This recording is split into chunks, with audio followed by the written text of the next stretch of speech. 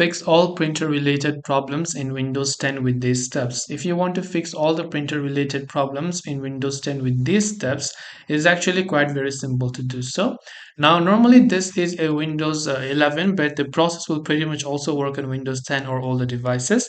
The first thing that we will do is we will simply open up our settings and view our printer properties. So on the left hand side, you can see all these options called system and so on.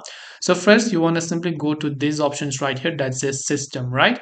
So once you go to the system option on the left hand side, on the right hand side you can see a couple of options right here. So you can see display, sound, notifications, power, battery. You simply have to look for the printer devices option right here. Now you can also go to this Bluetooth and devices option on the left hand side, and there you'll find an option that says printers and scanners. So you can simply go to printers and scanners right here. So once you go to printers and scanners, here you will see this option. It says to basically, you can say it says add a printer or scanner. If you're having any kind of issues, first of all, we can see download drivers and device softwares over immediate connection. You can turn that on. You can also turn on let Windows manage my default printer. You can also go to troubleshoot by going to printer server properties. Here you can see a couple of options. Now I would just recommend that you not play with any of these, by the way.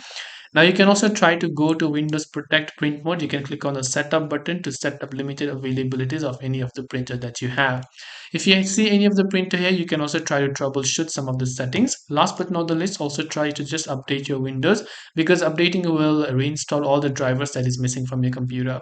So I hope this video helped you. If you have any questions, feel free to leave them down. Thank you for watching and see you in the next video.